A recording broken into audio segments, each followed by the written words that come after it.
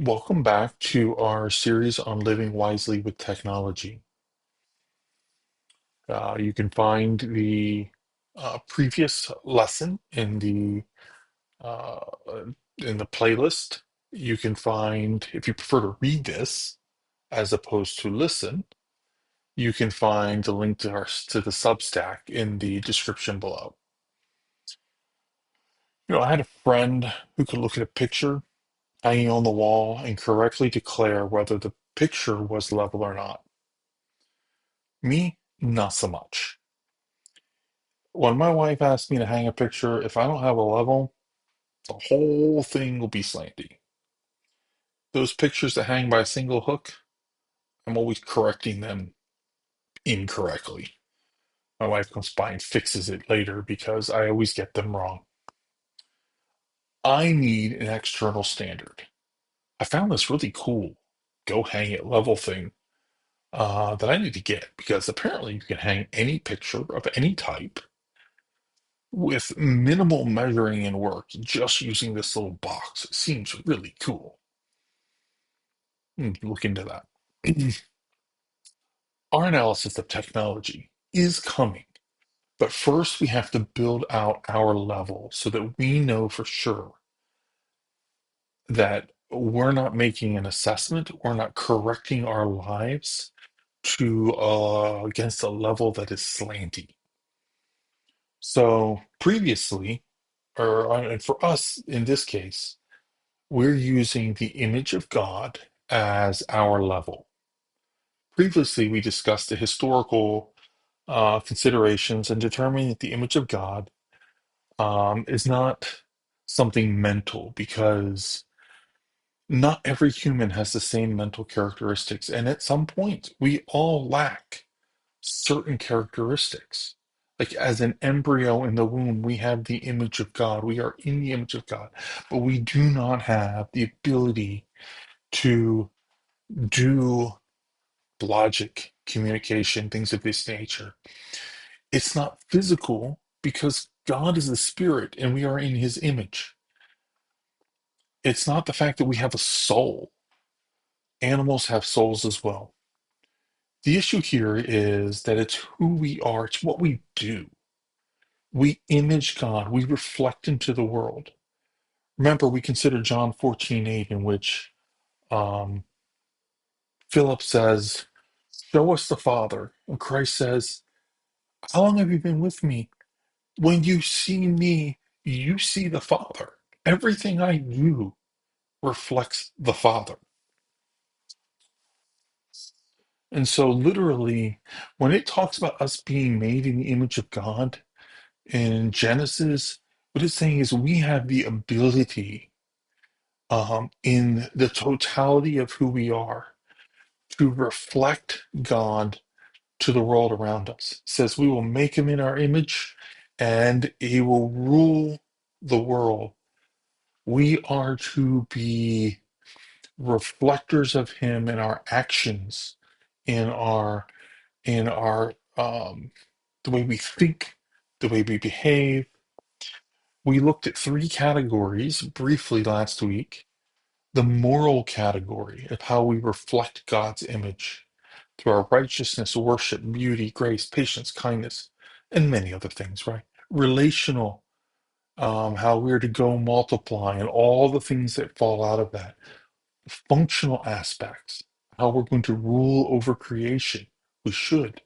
And how that mean talks about our work and our building, our making, and our maintaining the world around us. We briefly touched on these, and I'll just make a quick observation, and that is that these are slightly arbitrary, not totally. You could split this up in many other ways. For the purpose of this study, we're going to use this as our baseline.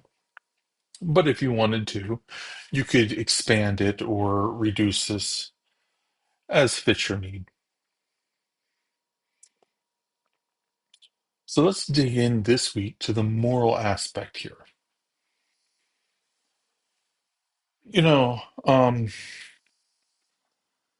righteousness, living in alignment to God's standards.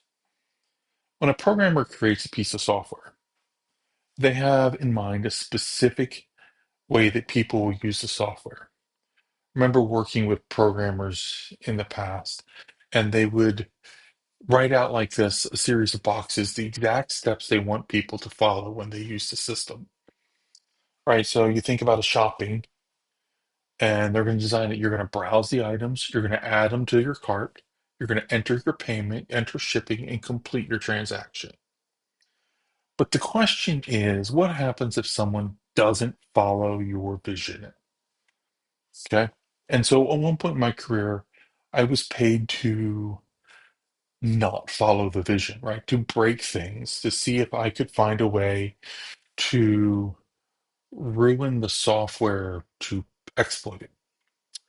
And so was testing a shopping cart system and discovered that I could change the payment to a negative number. And what that meant is I could add things to my cart, make them negative, and then when I completed the transaction, the company would pay me and ship me the product. That's pretty cool. So, you know those annoying letters you get every month or so that say your personal information has been stolen?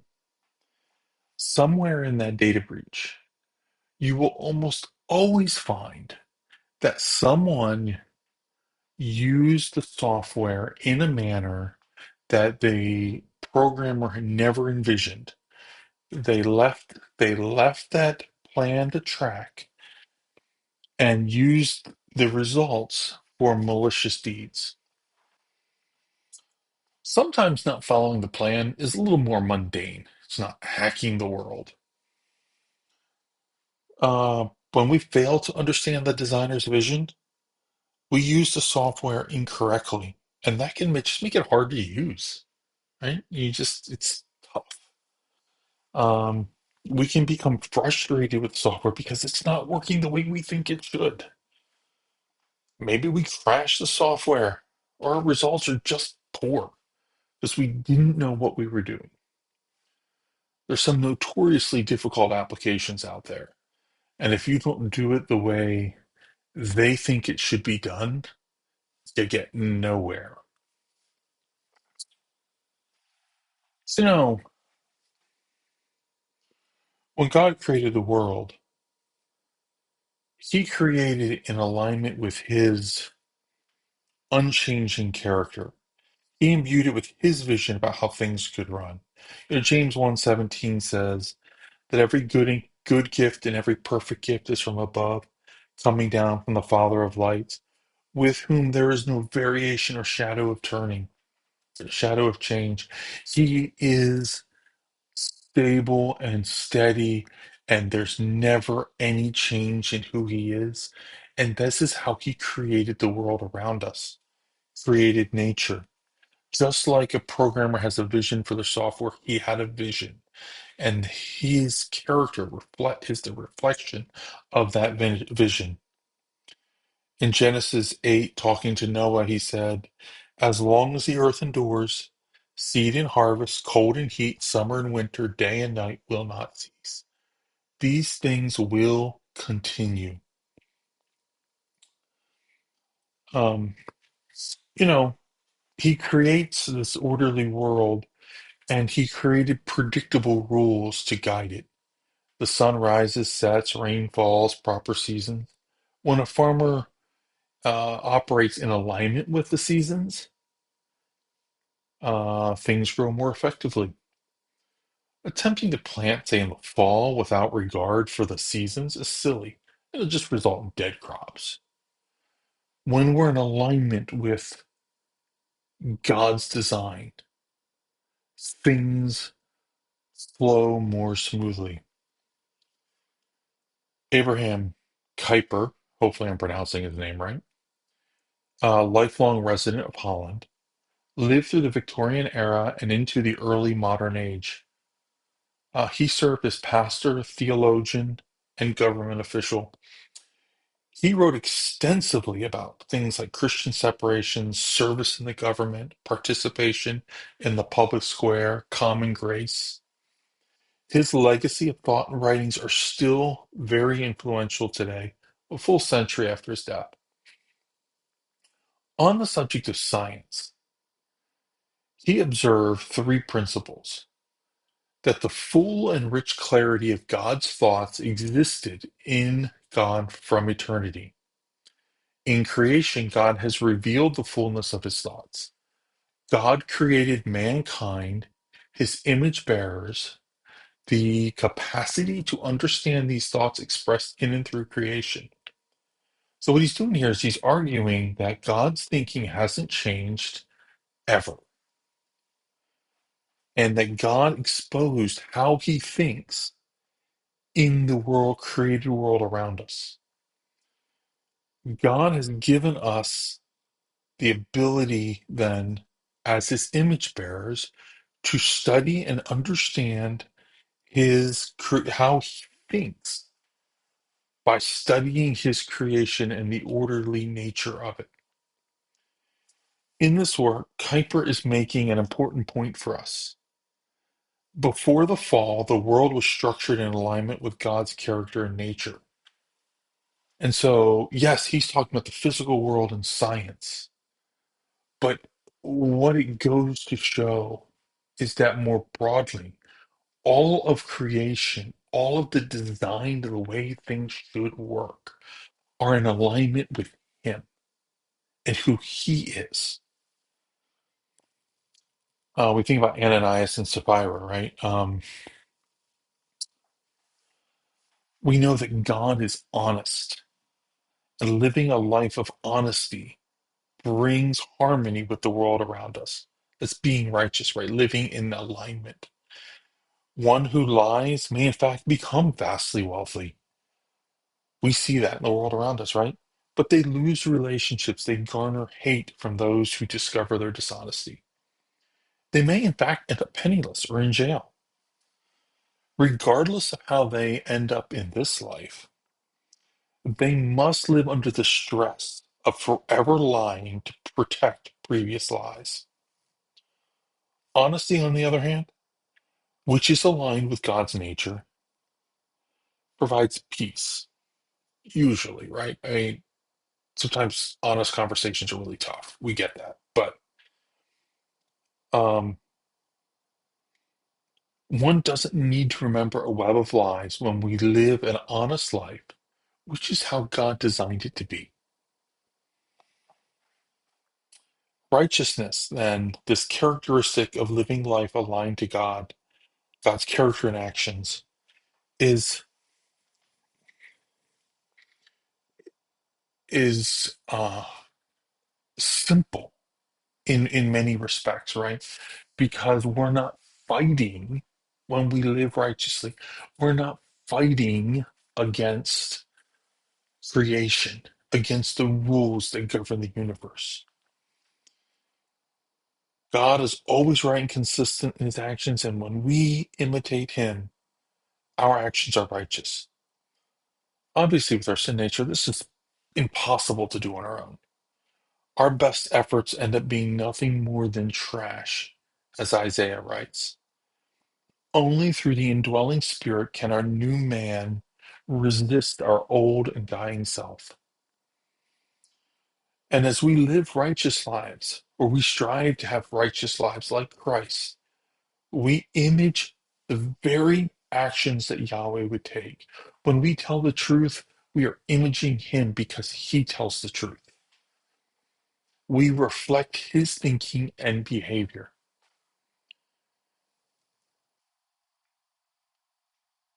As we move on and we think about worship, some will absolutely question, how does worship image God, right? I mean, in Genesis, he says we're going to make man in our image. And again, I'd argue that that's what we do, right? It's our capacity to image him. But this is absolutely part of the image of God.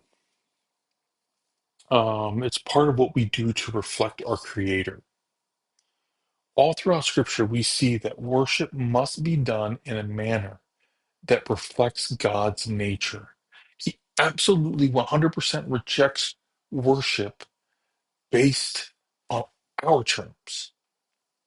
In ancient Egypt, as everywhere in the ancient world, worship revolved around idolatry and orgies. Both of these violated the nature of how God designed our world. We don't create statues of Yahweh for two reasons, two very good reasons. First, he's a spirit, right? He doesn't have a physical body. Um, so it leads us into the second, right? That he's everywhere, he's omnipresent. And when we try to make an image of him, we are condensing this amazing, unfathomable being and trying to wrap him up into his creations and take him and stick him in a little spot. And frankly, it's just offensive. Um, we see this play out when Moses is on the mountaintop receiving the Ten Commandments and the people build a calf of gold. Then they hold an orgy. So they violate this idea of by creating an idol, and then they have an orgy, right? Violating the sanctity of the marriage covenant. They worship Yahweh, the true God.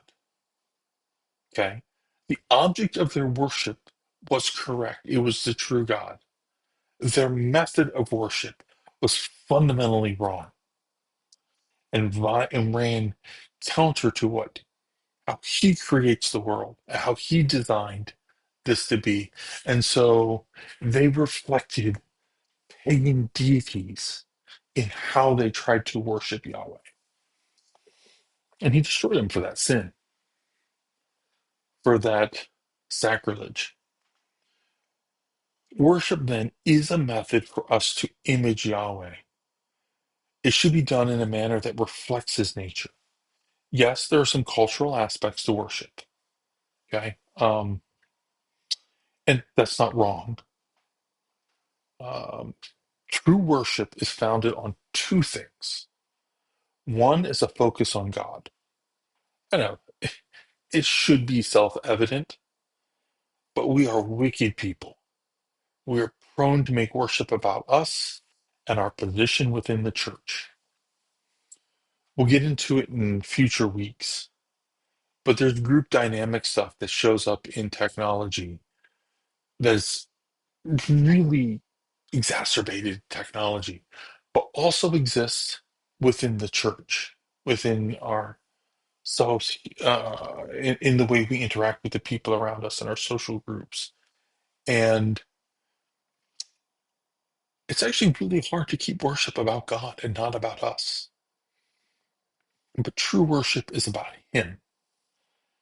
And it's about the nature of God. The way we worship should reflect His righteousness, our alignment with His righteousness, with His image.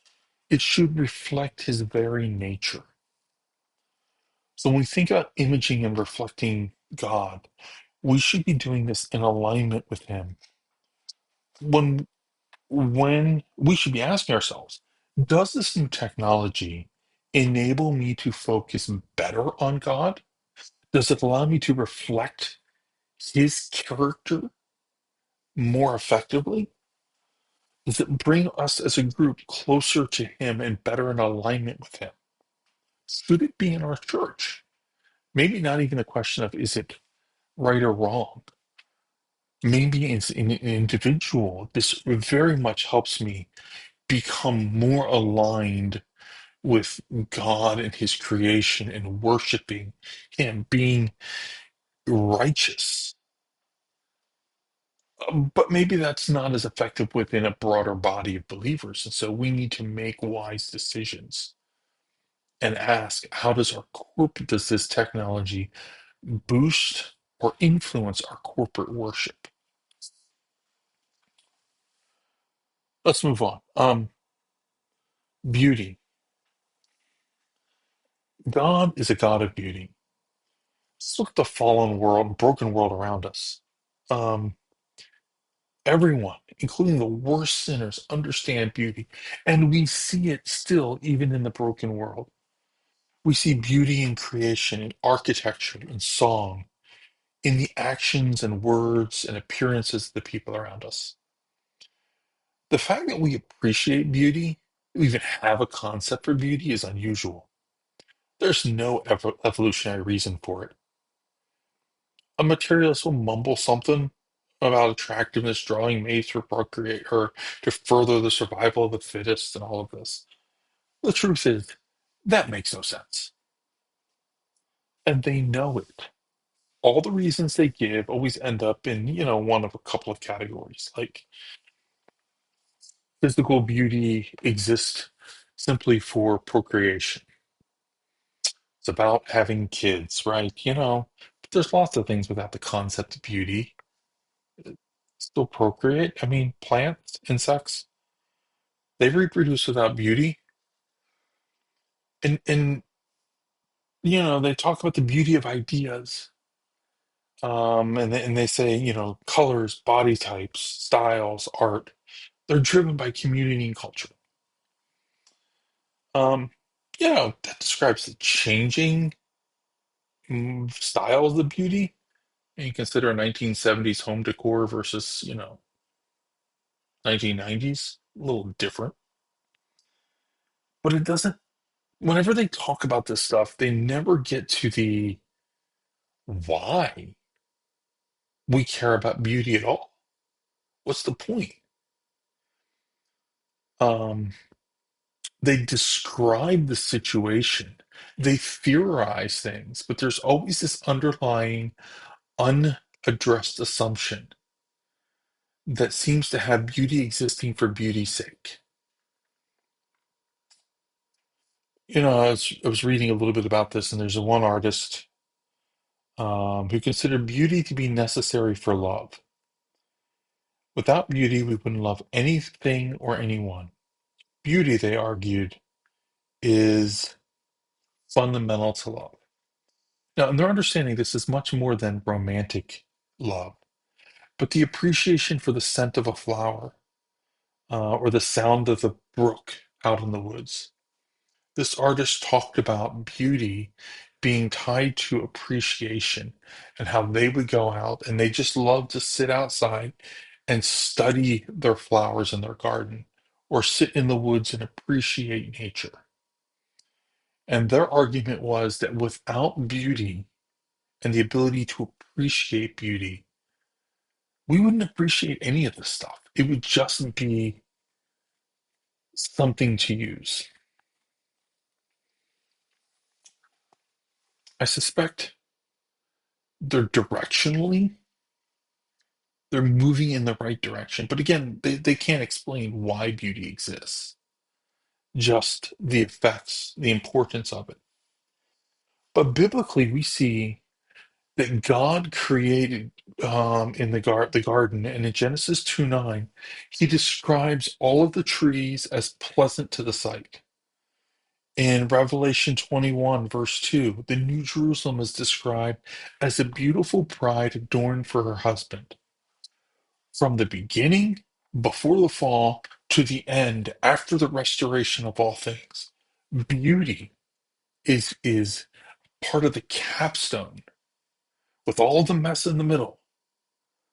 Beauty is the bookends of the Bible. It truly is part of who God is. And consequently, it's a part of the image that He has placed in us. It's how He creates, and our understanding of beauty comes from Him.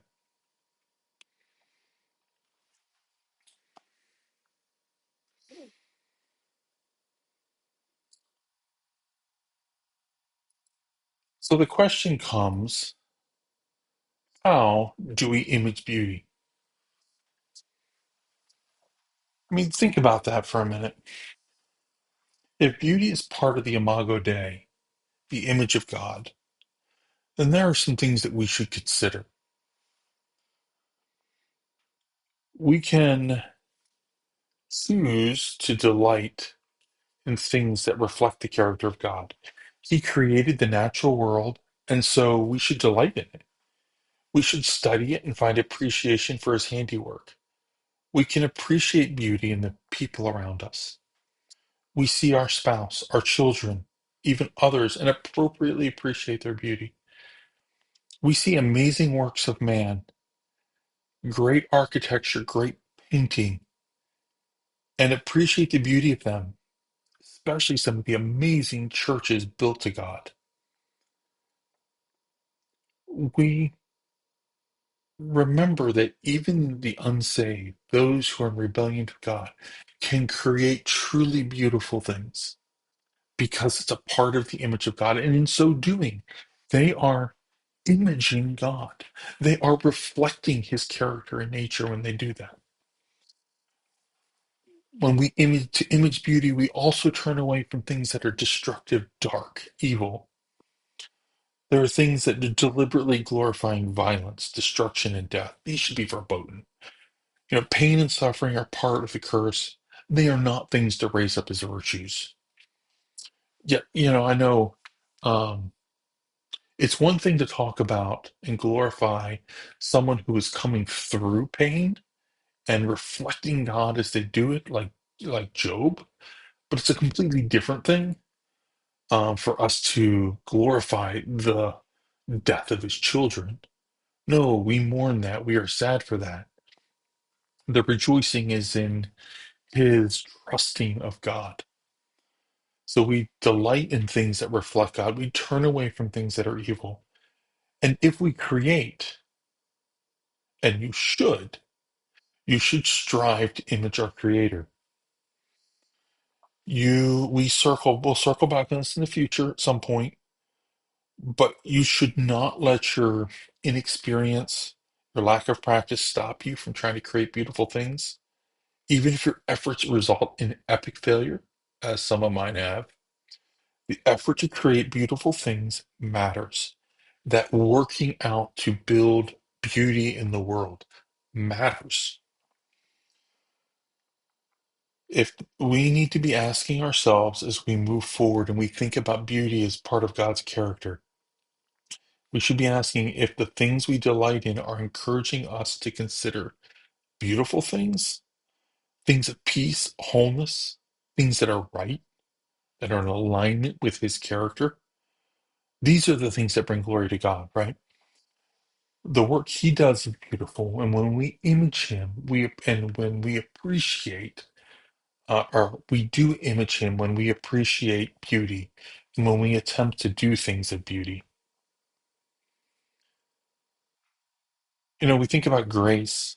What is it? This is one of those church words, right? Everybody's familiar with it, but few can actually define grace or apply it. We have our so-called Sunday school definition, God's riches at Christ's expense, and we're all like, hey, I knew the answer. I'm good. And I can go on and go back to sleeping Sunday school. Um,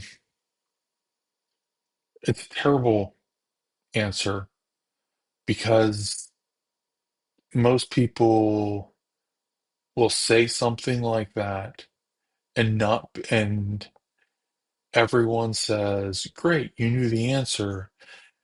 And no one stops to actually understand, what does it mean? How does that actually work out in my life?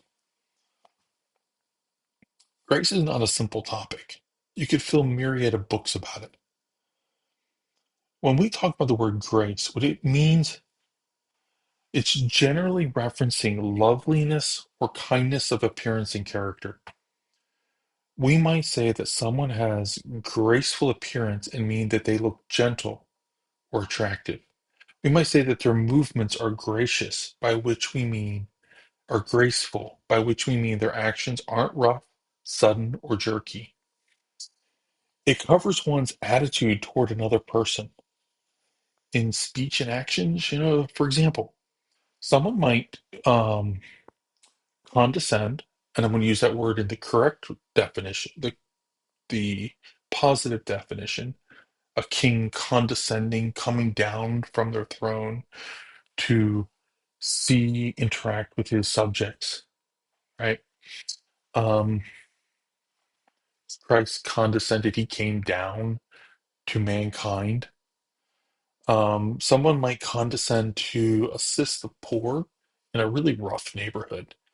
One of the children maybe produces a battered, worthless trinket as a gift to say thank you. The gracious person will look on that gift and the giver with genuine gratitude. Both the action of giving to the needy and the response to this trinket are examples of grace. Biblically, when we think about it, we are specifically talking about God's attitude and actions toward us.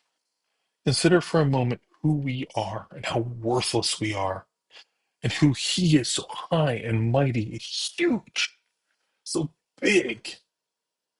And yet, He created a universe, He made it beautiful, perfect, placed mankind into it. We rebelled, we took up arms against Him, and we willingly fought the creator of the universe. If he hadn't intervened, we'd still be trying to defeat him and thwart his plans. Even now, we give in and choose to do things that violate his righteous standard. There's no greater example of grace than the gift of his Son. He looked with kindness on us despite our active warfare against him. He gave the life of his Son. What grace! What an unbelievable gift! What love is shown in that act. It's truly humbling.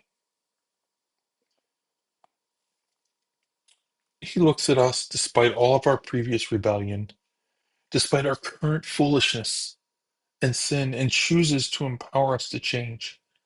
When a toddler attempts some new task, let's say walking, they struggle, they fail. Sometimes the child becomes frustrated and responds with anger over their failure.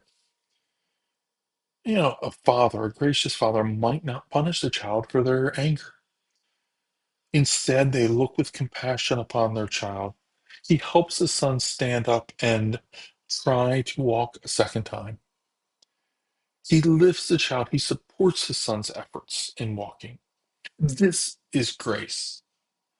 This is what God does for us. Every day, He gives us the tools we need to do the impossible. Become like His Son. He's never frustrated with us. He's always gracious and kind. He's always looking with compassion and gentleness. So that raises the question, how do we image grace? We might look kindly on those in need, not just toss a few pennies, not just pray on some prayer request. We might look in person on the needy and see, and they would see the love in our eyes, responding kindly and compassionately. If somebody cuts you off in traffic, we respond gracious manner, granting them the right of way, not getting frustrated and angry when somebody's doing 10 miles an hour below the speed limit for like miles in front of you and you're late and you can't get around them. And we're just like, I'm going to be patient, gracious. I'm going to be gracious here. And I'm going to smile and say what a wonderful person they are. Uh, when they offer, and a child offers us an unlovely gift, we treat it for what it is, right? The widow's mite. When consider how Yahweh has been gracious to you, despite your unfaithfulness and indifference to Him. If we model His responses, we are imaging Him to the world. Again, we'll get into it in the future, but I'd like you to start thinking about your use of technology. There are types of technology, there are ways that actively discourage gracious responses. Are you being influenced in that manner?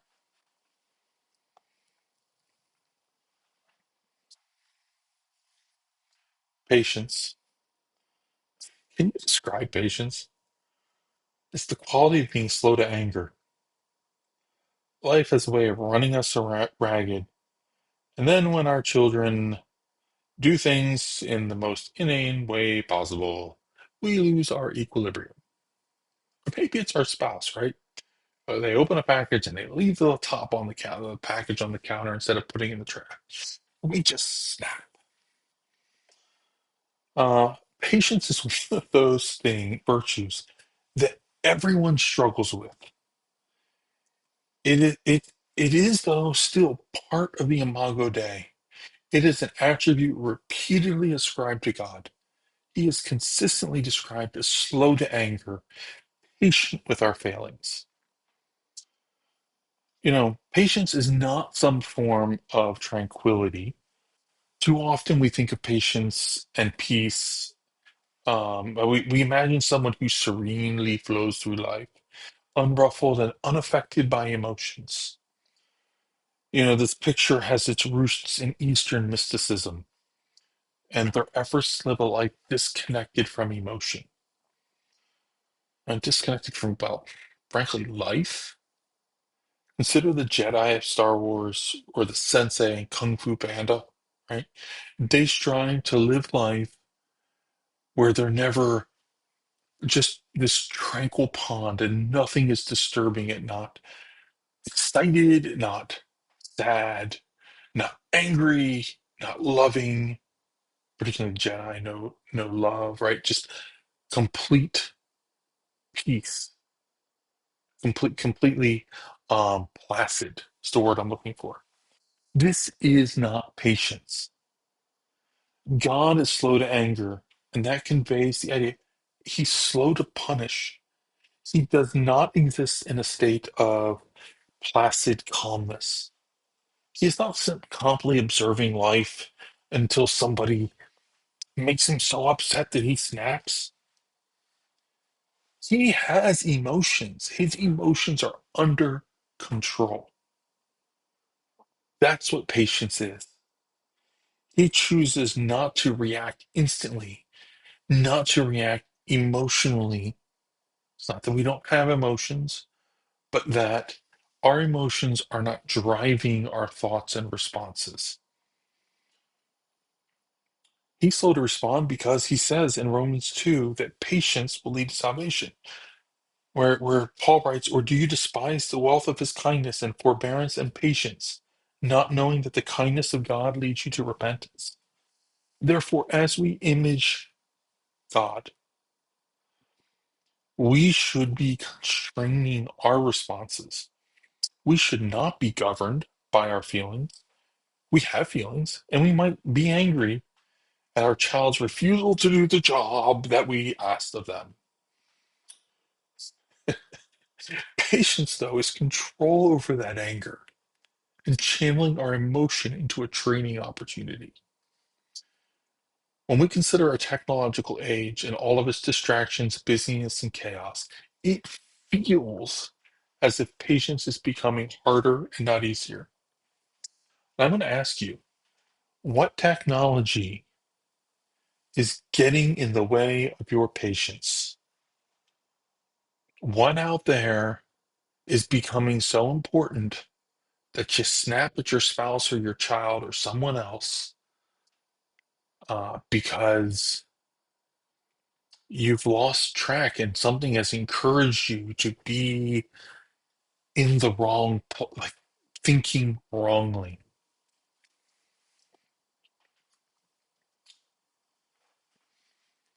Patience, technology, in so many ways, do not get along. And there are reasons for that that we'll come back to in the future. Finally, kindness. We've touched on this, but it's an important part of the image of God, and there are direct ties between technology and kindness. Like beauty, there is no reason for kindness in a materialist world. Why would there be? I suppose some are going to say, well, it's how we get what we want from each other. Maybe. But sometimes there's easier ways, you know, like it's a stack of assumptions in that. Um, some will argue it's a social contract. Somehow everyone agreed to some cultural definition of kindness and implemented it in the entire society to ensure that things would work well. It's like, have you met anybody? By default, people tend towards cruelty, not kindness. For a point of clarification, though, everyone has the ability to be kind. It's wired into their being as part of the Imago Dei. And we see people being kind. People who hate God can still be kind to others. Um, but because of the twisted nature of who we of our sin, we struggle, to be mild, put it mildly, to fully understand and implement the concept of kindness. Kindness is, according to the American Heritage Dictionary, an act of goodwill or charitable action. We can all think of ways in which we are kind to others, complimenting our wife on her appearance, holding the door for another person, less talking, more listening as an act of kindness. These are all ways that we do this, and we can do this, right? Still, technology creates situations where kindness is devalued and cruelty is encouraged. Technology creates a barrier between us and the person to whom we're being unkind, so we can't see the impact of our unkindness. Social groups support, encourage, reward things like sick burns, get them, right? We easily fall into unkind speech patterns as all the incentives encourage unkind behavior. How has technology been encouraging this behavior in you, your family, in the news you consume? Because it's there.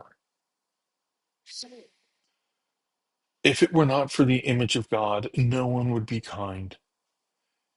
We'll, again, I keep pointing to the future, but we will get into this stuff. And I just want you to ask yourself right now,